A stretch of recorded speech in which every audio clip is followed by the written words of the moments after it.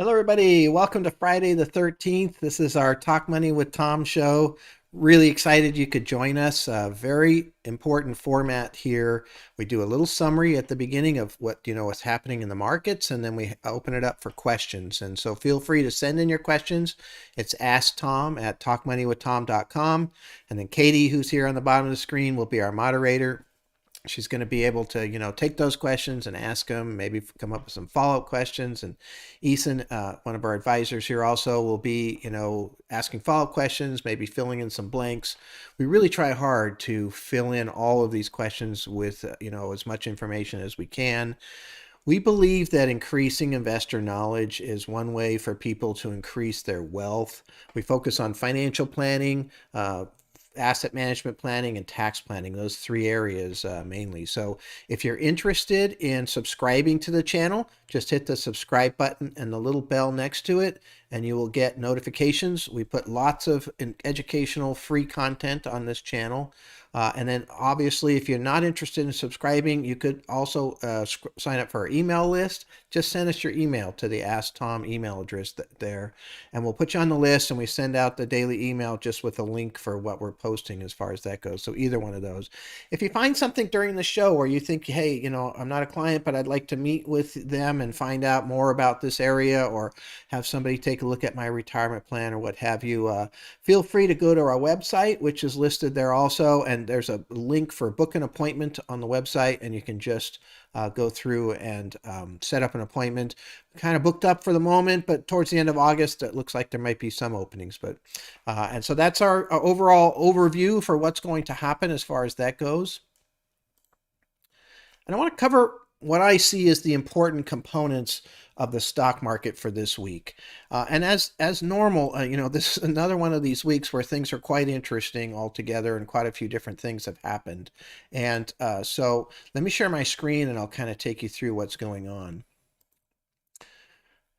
Can't really summarize what's happening in the market right now without spending a little bit of time talking about what's going on with the virus itself. And so this is a chart here for the United States going back from the beginning. And you can see, this Delta variant is quite proficient and moving out and affecting a lot of people, a lot like what we saw here at the end of last year also. So we'll have to see where this goes. There's quite a few projections that I've read that say the thing might peak out if it follows India and the UK's pattern, might peak out, first part of September. So we'll see what happens as far as that goes. I will say one thing interesting in terms of this particular virus right now.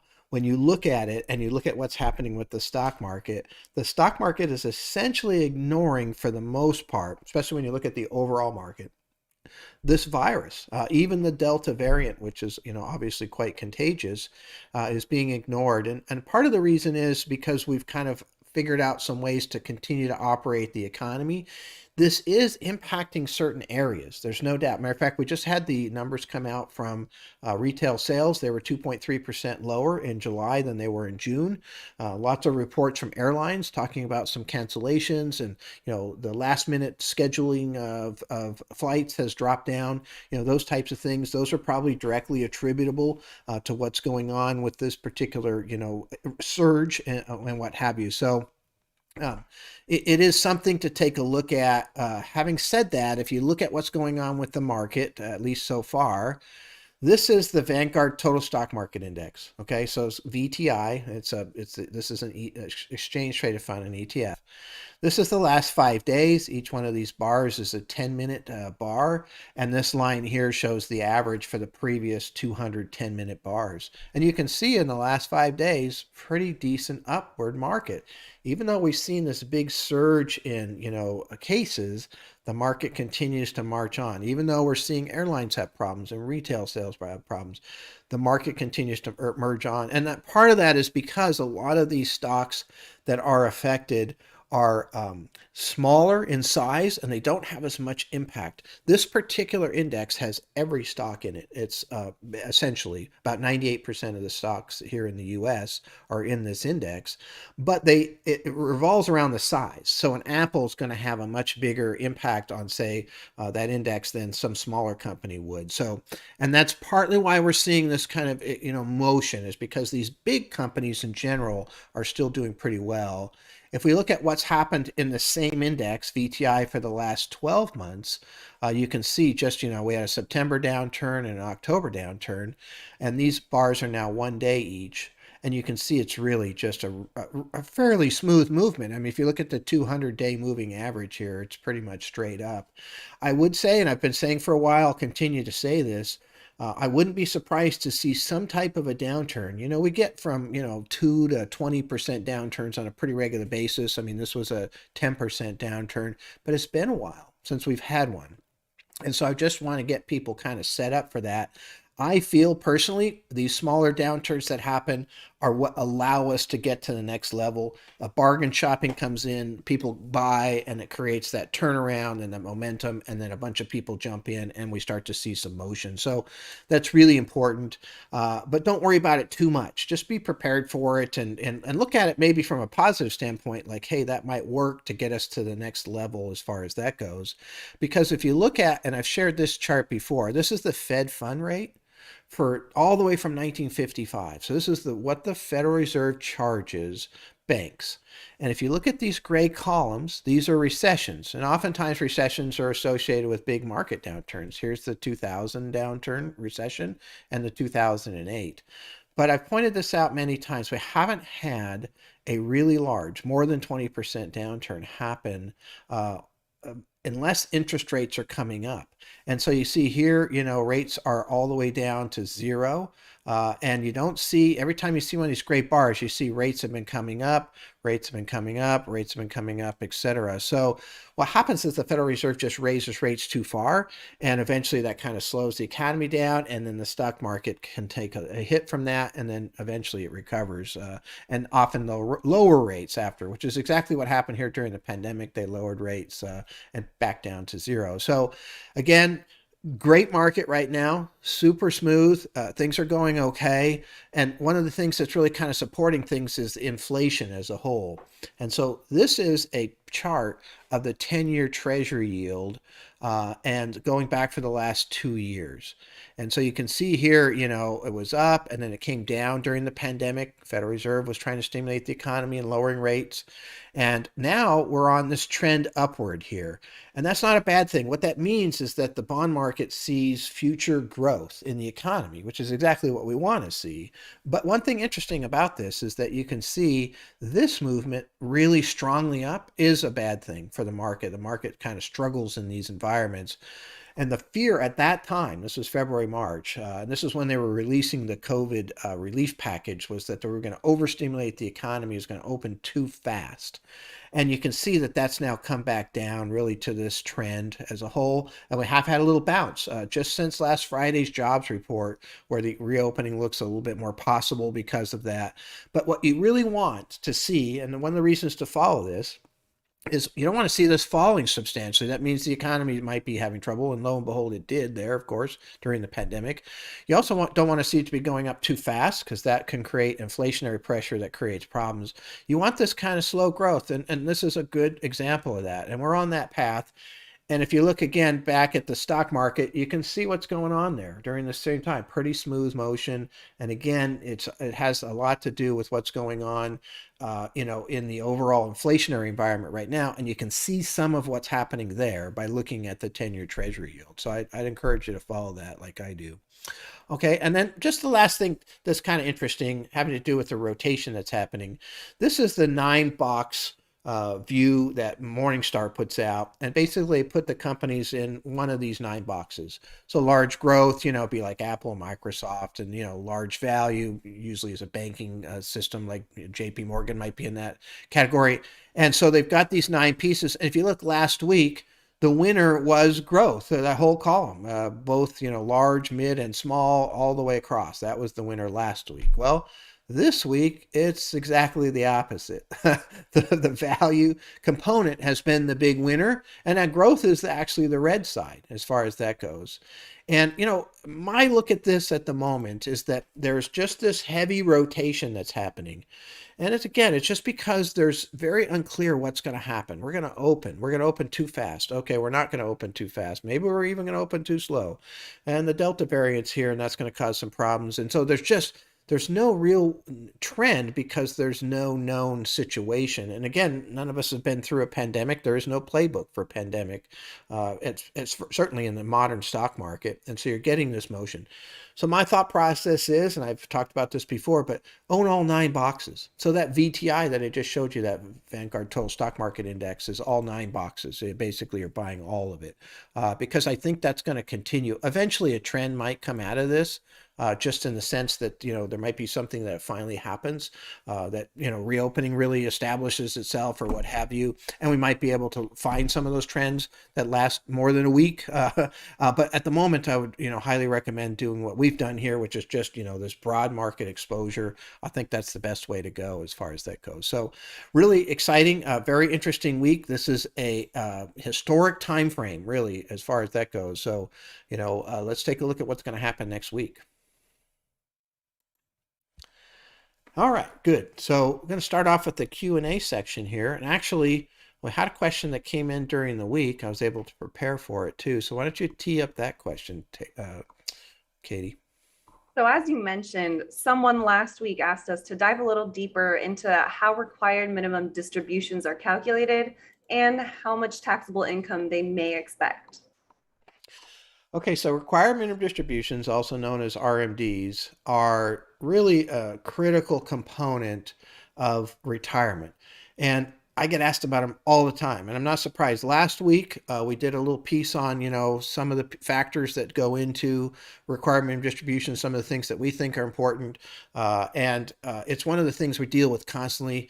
And then this week, somebody wanted a follow-up, more in depth, basically, in how the calculation happens and what have you. How much taxes could they expect to come out and those types of things. So very, very fascinating area because, that if you mess up the calculation, the penalty is pretty severe. It's a 50% penalty. If you're supposed to take out 20,000 and you didn't, then you're going to end up with a $10,000 penalty, which nobody wants. So this is why everybody's asking.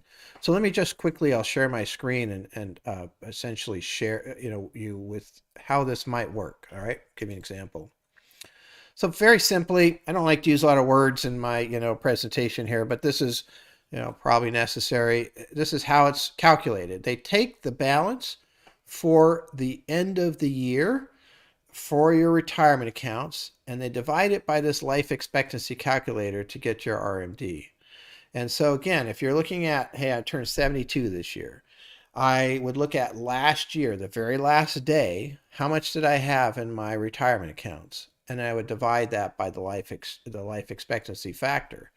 So this factor comes from a table, which is right here. Again, a lot of small print here, but I'll just try to get the overall theme, which is just you look up your age. So again, let's say you're turning 72 this year. You find this factor, 25.6. Okay. So we would take that, and I'll get back to this again. And let's just say you have $1 million in your retirement plans. You're going to divide that by 25.6. And that's going to equal $39,062.50. You have to take out at least that. You can take out more. That's not an issue. You can't take out less because, again, anything lower than that, they're going to charge you a 50% penalty for missing that. So somewhat important to get that right. It's one of the things we work on with our clients all the time to make sure that we got the requirement of distributions right. There's all kinds of ramifications here because this is taxable income that's coming out onto your tax return, whether you want it or not. And so there's, some strategies there, but in essence, that's an important component of what you've got to do. And so if we go back, just some quick comments about this table that are interesting because questions I get all the time. Number one is, how much taxable income am I going to get? So I'll show you an example here in just a moment for that $1 million case. But we'll look at this. What happens is every number is getting smaller. So at 73, it's 24.7. At 74, it's 23.8. If you divide by a smaller number, you're taking out a higher percentage every year of that account. So that's important. So higher percentage every single year will come out of your account. Now, the other thing that's important to understand is that if you, because other people ask, will I run out of money in my IRA or will the income stop? If you just take out the minimum distribution and follow this table, you will not run out of money in that account. Now, your income may go down or up depending on what happens to the value of your account. But if you look here at 115, they're still dividing by 1.9. And so until you divide by one, when you divide by one, that's 100%. That means all of it comes out. You still have money in that account. So you would have money until, in this particular case, at least 115 years old if you just followed the minimum. So it's a way to kind of create a pension in a way out of that. Again, it does fluctuate depending on the value of the account. And so I'll show you what this would look like. So we've taken this $1 million case, and here you remember the 39,000 that we had to take out, right? Let's just assume that it's in a 60% stock and 40% bond portfolio. And we'll use the average rates of return for that. Now, life is not a straight line. The market goes up and down. You would never see this, come out this smoothly because the account values are going over. But over a period of time, you should be gaining something in this account. Plus, you have to take out a higher percentage every year because that factor is getting to be smaller. And so you can see what happens here. This continues to grow all the way up until, maybe $145,000, $150,000 here. And then it finally starts to turn down. Now, this is all the way out to age 100. And what that means is when it turns down, it means that the amount has exceeded the value of the account and, exceeded the growth in the value of the account. So and I'll show you the account. This is what the account looks like. Lots of people ask me, would I still have money left? Well, it depends on your rate of return. But if you had the average rate of return for a 60% stock portfolio, 40% bond, your account would theoretically grow under this all the way from $1 million to $1.4 million, and then eventually come back down all the way, to age 100, where it's about, 900,000. So still, some money is in there for your beneficiaries if that matters to you as far as that goes. So in essence, that's how it works. And this table is the factor that we look at in terms of trying to figure out, what you take out, what is happening in terms of the overall piece. And there's a whole bunch of tax planning pieces that come around this particular aspect of your retirement. It's a really important point. It's why I get asked about it all the time. Yeah, it'll be interesting because next year they're updating the table. So I think for 70, it'll be around 20.6, I think, Yeah. 29.6. And so it seems they're pushing out as we live longer and changing with the demographic. Yeah, what Issa's talking about is right. So right now at age 70, the top of this chart here is 27.4. If they move that to 29.6, all of these numbers will move up. And what they're doing is trying to account for life expectancy increase. And that's a good thing because that means that you'll be forced to take out less and it'll even last longer. And so again, this is something we can revisit again next year after they change that. But that's an important component of what's going on there. Yeah. So in the chart that you were just showing, the minimum distributions just keep growing and may be more than someone needs. Is there a way to lower them? Yeah, that's a good point. And matter of fact, I get that a lot. I mean, if you look at that chart in general, I'll go back to it real quickly here. Here's the projected income that might come out on an even rate of return. That somebody's in their 90s, do they really need $140,000 worth of income at that point in time? And that's the big problem. That's why I call this a tax time bomb for those people that have large amounts of money in retirement accounts. You really need to do some planning. The window that we look at for really heavy planning is 15 years before retirement and 15 years after. And in that 30-year window is when you can really do a lot of different things. And so as soon as possible, you want to be able to take a look at the opportunity to convert some of these retirement plans into Roth IRAs. Doesn't work for everybody, But when it does work, it can work quite well. And what that does do is lower the potential tax that you have to pay long term on this retirement accounts, because a Roth IRA grows tax free and you don't have to take it out. There is no requirement of distribution for a Roth. So that just gives you a really powerful scenario where you can let it grow and grow and grow tax free. So yeah, it's a good point, Katie. Actually, I think one of the things that's super important about, looking at what's going on with the requirement of distribution is really about that planning around that. It's a huge piece of the tax planning that we do. And honestly, from what I've seen, not many people are ready for this. They really haven't thought about it. They don't know enough about how it works, and they're going along and don't realize what's facing them. One advantage for us in our type of business is, I'm meeting with hundreds of households every 6 months, and I've been able to see, oh boy, these people are having to pull a tremendous amount of money. It's a huge tax problem. It's increasing their Medicare costs. This is a huge issue to deal with. And so I've already gone down this path with so many clients. I can start with somebody, that's why I converted my IRAs and 401k already, even at my age, to Roth, just because I can see the future there. And I don't want this tax time bomb, and so almost no matter what age you are, you can start to work on that, and even use some of your required minimum distribution income to pay some of the taxes to do a Roth conversion, for that year, a portion of your account. So you can just keep moving over. And that's a whole nother subject altogether, but it's still a piece of the puzzle here. Required minimum distributions are huge. Yeah, and with Roth conversions, one of the emotional parts is you got to pay tax up front, which is a lot harder for some people to do than others. Yeah, I've made recommendations for Roth conversions a lot more times than we've actually been able to do it, even when it makes sense. And the biggest holdback is that people they don't like to pay the tax. Um, I can see what happens when you don't. And so, that's the issue there. And even then, maybe just do a little. You just do a little at a time. Do as much as you're comfortable with. It doesn't work for everybody, so you do have to figure that out. Don't just do it if it's not going to work. We can do the math. We have a program that basically goes in and does the analysis on keeping it where it is versus moving some or all of it to Roth, and it will tell you what tax bracket to use and which ones to fill out, and et cetera. So that you have to figure out whether it's going to work for you, and then from there figure out whether you want to do it. And you're right, Easton. I mean, you've been in on a lot of these appointments, and the paying taxes is just something that just doesn't fit with a lot of people. But ultimately, they're going to end up paying the taxes anyway. So that's part of the problem, and it could be a lot more in the future.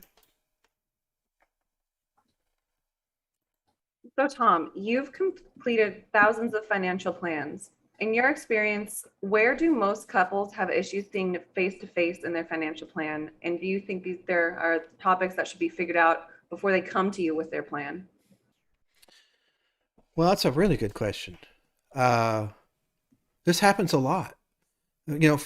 Two people coming from two different environments that get married together very rarely have exactly the same outlook on finances. I mean, I don't know what the stats are anymore, but in terms of like arguments, finances are supposed to be in the top three or what have you, and that is because sometimes it's just like two different scenarios coming together, and of course, some of that has to be worked out. Now, I would say you want to work it out as much as possible, with your financial advisor in front of a retirement plan, because you may be trying to work something out that doesn't need to be, until you know what the parameters are and what the issues are.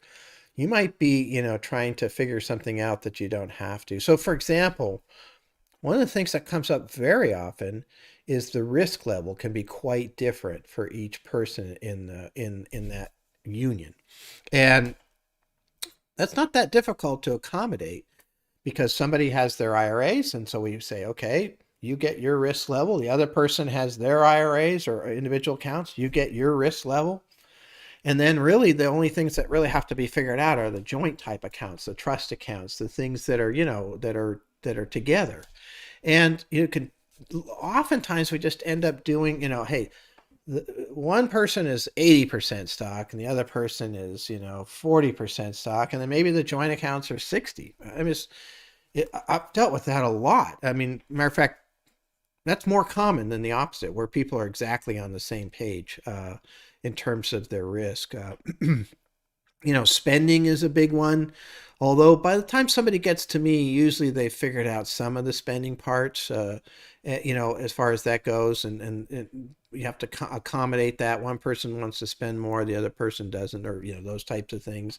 Uh, and it's interesting to watch. There's a lot of couples therapy that happens really in terms of a financial plan. I do think having the plan and having sort of I mean, I remember, situations where somebody wanted to pay off the mortgage immediately, and another person wanted to keep the money invested because it was doing well. And we split the difference and we created an accelerated, plan that would pay it off, I think in 7 years, 5 years, something like that. And that made them both happy, right? And we went along and we're executing that and we're putting that money and it's going to be paid off. And both of them were happy. Whereas before, they were going kind of an either or and there was no middle ground. And so sometimes meeting with a professional, we can craft a middle ground. More importantly, we can go through and take the financial plan and see if it works. What happens if we pay it all off? What happens if we don't pay it off? Just pay the minimum. What happens if we pay it off in 5 years, and see how does that impact the overall scenario? What's the smart answer to that? And you don't have those tools at home when you're sitting there talking about these things as far as that goes. And so that, there's a whole bunch of kind of middle ground scenarios that can be created where both people feel pretty good. I've been through this a lot. I mean, I've done over 6,000 financial plans and worked with, thousands of clients, year after year after year. And so I get to see, and they're not all these situations are the same. There is still some conflict in some areas, and then some other people have zero conflict. There's definitely different couples, there's no doubt. But generally speaking, I haven't seen anything that wasn't, accomplishable in terms of finding that right spot ever really, as far as that goes. So it's a great question though. It is a big issue.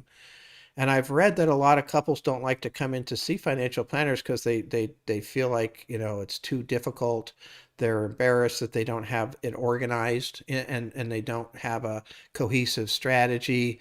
But I'll tell you what, you're actually in the majority if you don't have a cohesive strategy. That's in my opinion. But don't be afraid to come in because we can help. We can kind of create a scenario that finds a middle ground, that I think can work oftentimes. And again, we have some great tools and a lot of experience. I've been through a lot of plans. Yeah. Yeah, and we can always like adjust goals and stuff like that. You can come in with like a stake in the ground, and then maybe you could retire 2 years earlier rather than working, and that makes you a lot happier. Yep. And we can adjust based on just having that plan in front of us. Gives us so much flexibility in testing all your scenarios. Yeah, I shudder to think about how many people right now are retiring and deciding to retire without a plan. It's a kind of crazy thought process. It's the biggest financial decision you'll make in your whole life. It beats out getting married, it beats out having kids go to college, all these things. It's a really big issue. And then all the pieces that come in together with that. And so, and it's not going to enhance a scenario where the couple isn't agreeing on things because they don't have the tools to kind of figure out where that middle ground is and whether that middle ground even works. And so, yeah, I think we can kind of do exactly that, try to accommodate and figure out different scenarios. And again, we've been through this thousands of times, so it's a good chance that we could help you. Yeah, I bet you bring up some really good questions that they've never even thought about before. Yep. Yep. So we have another question in saying, I plan to retire in 10 years. How do I know if I've been saving enough? Huh. Yeah. But 10 years, that's a really good time frame to take a look. The earlier the better, but 10 years is good. And so that, again, that kind of fits in my window. I really like 15 before or 15 after in that window, is there's a lot that we can do to help.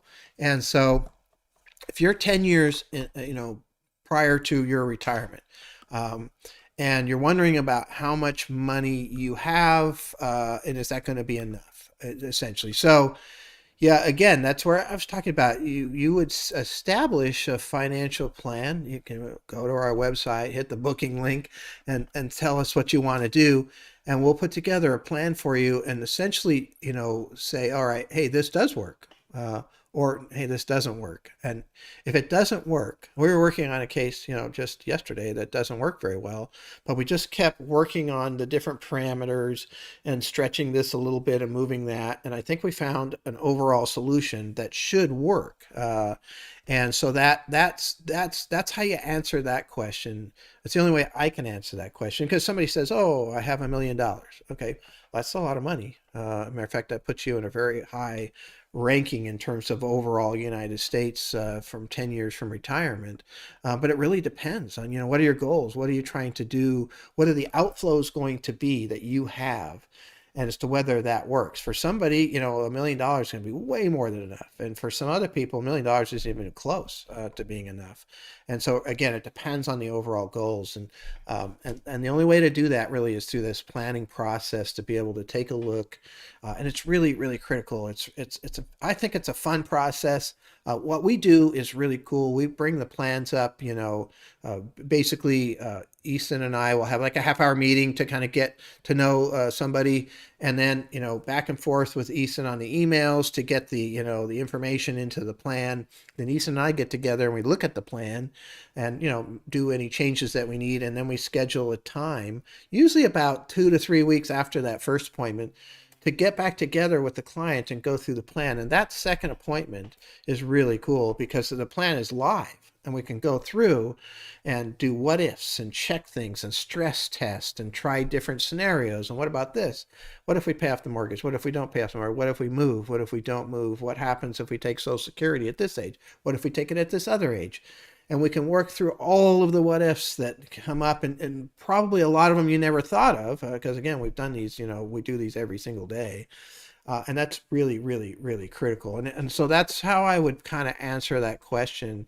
Do I have enough money at this point, to retire in 10 years? And I'm assuming that also means that you're planning on continuing to save. So am I saving enough to make my retirement work in 10 years would be the other question too. So yeah, it's a good question. And the answer is, get a plan in place. But we have a question in for Eason asking, what is a SEP IRA or IRA? Basically, a SEP account is a simplified employee pension. And so essentially any business can set this up. The idea was the IRS want to give smaller businesses an easy way to set up a retirement plan for their employees. And so it's essentially, it would be 25% of an employee's compensation, or 58,000 for 2021, up to a cap, essentially, that a business can contribute to this plan, essentially. And so that's just a couple scenarios that I think are kind of interesting here. So if I am a sole proprietorship, let's say I'm an author. I write books, and I have a business for that. I don't have any employees. The only people that work for me are on some kind of contract or what have you. That means I can just use this as a really kind of a super saver program just for myself.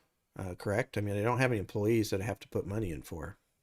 Yeah. So essentially, you could just make sure that it's only set by the business can contribute. So you can essentially set it so that you always hit the max for that each year.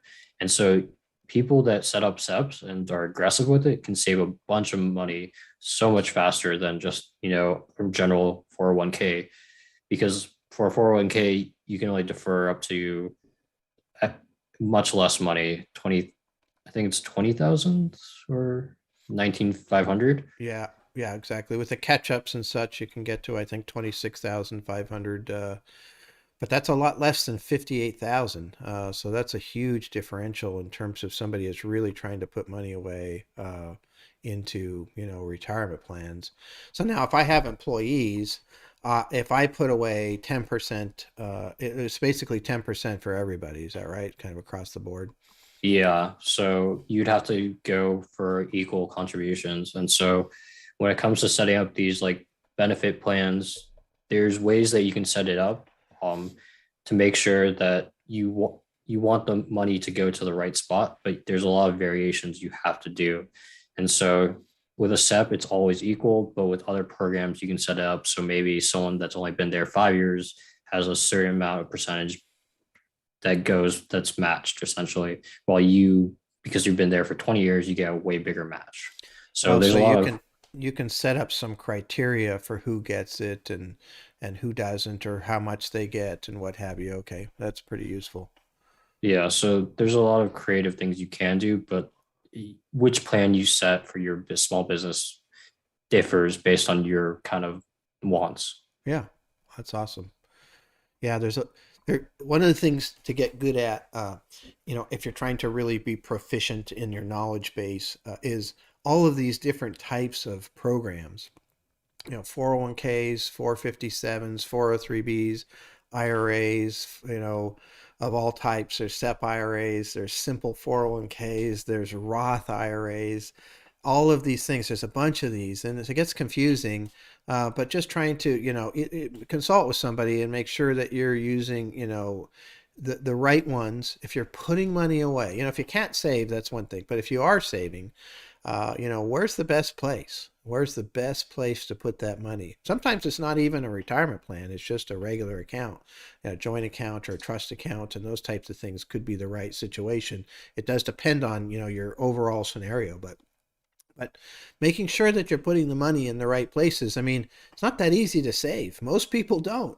So if you're one of those people that is, figure out the best place to put it. And I think that is one of the key pieces, that we help with also, because it's custom. Your, generic information about where to put your money may not be right for you, because your situation is maybe different than what they're talking about on average. So, when you want to retire and all of these things factor in. And so SEP IRA is a really, really good tool. And it's something to put into the basket of things to think about if you're in the right situation. But we have a pretty hefty question that just came in asking, what don't people tell you about retirement? Uh, what don't people tell you about retirement? Okay, so here's the scenarios that I've run across. Prior to retirement, I often hear uh, people that I'm not sure what they're going to do in retirement. What am I going to do?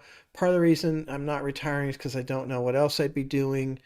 And it's actually, if you think about it, it's kind of difficult for a lot of people, because if you're working a lot, 40 to 60 hours a week, plus getting ready for work, plus, driving back and forth if you happen to be doing that, a vast majority of your usable time is being sucked into this work environment. And you don't really have time to establish, this next kind of thing, right, that you want to do. And so, but know this, that the other comment that I hear all the time, let's say 5 years into retirement and beyond, is I don't know how I had enough time to work because I have so many things going on. There are so many activities and different types of things that you can get involved in, if you're not having to spend that 40 to 60 hours going to work. And so I guess that's one thing that they don't tell you, is how active you can be in your retirement, and how I got a lot of clients that are really pursuing educational opportunities, because they really like to learn. Matter of fact, that's why these shows and the videos I put out every day, I think, are so successful, is because I've got a group of people that just wants to learn, and that doesn't stop. And so there's lots of chances to do that in retirement. Uh, wow, I have hardly anybody that I can ever think of that doesn't like retirement. So that's something, that's another thing that they probably don't tell you about, is that, I wish I would have retired earlier. Another really common comment. I wish I had retired earlier. I'll tell you what, if you do a financial plan, you can play with that. And oftentimes I'll say, okay, if you retired a year earlier, it doesn't make that much difference. Well, 12 months of being able to pursue different things that you really want to do, that's a big deal. So anyway, that's something they don't always tell you about either, is that those last years aren't always that critical in terms of the overall financial situation. They can be once in a while, and it'd be important to make sure that you know what your situation is. But oftentimes when I do a plan, that's not a piece. I guess the other thing that jumps up at me to think about is the whole area of taxation. A very common comment I've heard is, I thought I would be in a lower tax bracket in retirement. I'm paying more taxes than I ever paid when I was working. And so they told me if I put money into this 401k, I'd be saving taxes at a higher rate. So when I got into retirement, I'd be at a lower rate. That may be true for a lot of people, but not for my clients. These are successful savers and successful people. That's why they're clients. That's why they have this money. And because of that, basically, they end up with an awful lot of incomes. They got dividend income, they got interest income, maybe they got some rentals that are coming in, they got pensions possibly coming in, then Social Security comes in, which is taxable. And then they eventually get to 72, and then they end up having all these required minimum distributions. And man, they just got money coming onto their tax return, left and right. And this is a good problem to have, believe me. But it is a problem. It is something that people talk about, and I don't think people spend enough time thinking about their tax situation from, retirement till the end of their life. I guarantee you that doesn't happen. And it's one of the areas that you can make a huge difference. And so that's why, like this one gentleman just asked, or whoever it was, just asked, hey, 10 years before retirement, man, you should be looking at your tax situation in retirement and structuring things so that you can save money there, as far as that goes. So taxes, the time, what am I going to do? Those are things that I don't think get told, quite right about retirement, prior to that. So um, it's a good question. We have another question in asking, why does the stock market keep going up? Yeah, that's a good question actually.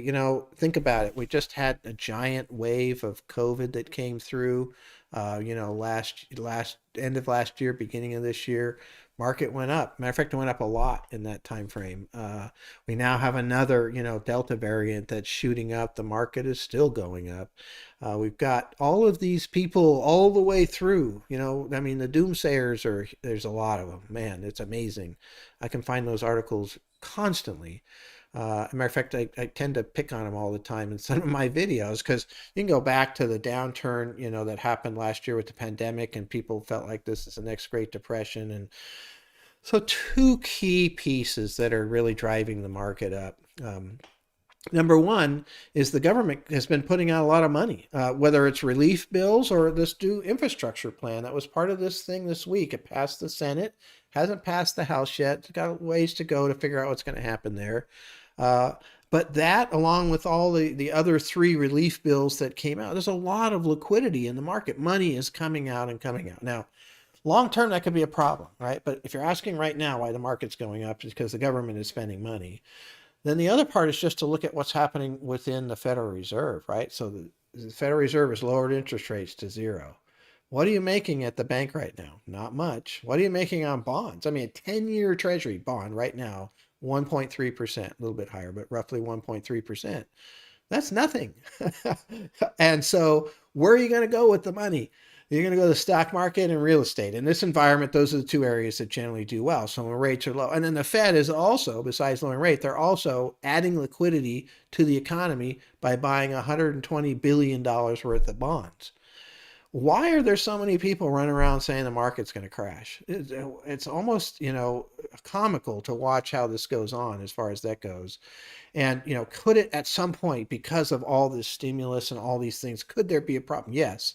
But it might take quite a while for that to really manifest itself. So in the interim, we're seeing a nice steady increase in the stock market. So You know, those basics are there. Money coming in from the government, low interest rates. Those are key to driving stock market. It doesn't go straight up. It doesn't go up really fast or anything, but it's been going up, and it'll continue to go up if those scenarios hold. You know, and when those start to reverse, that's when things will get more rocky. When they start to cut back on bond purchases, when they start to, you know, raise interest rates. But we're still a ways away from that even happening. So things aren't that bad, actually. You know, as far as the basics for the stock market that I look at, things are decent. That's why it's going up. All right, there's the bell for the close of the market, which happens to be 1 p.m. here in California, Pacific time. And so I want to thank everybody so much for coming today, and I really appreciate all. Those are some really great questions today. I really enjoyed this. And so, you know, feel free to join us again. If you'd like to schedule an appointment, you know, go to our website and hit bookings. If you want to, you know, subscribe, go ahead and do that. If you want to send us your email to get our email list, go for it. And look forward to continuing your education. Anyway, thank you very much. And I look forward to talking to you next week.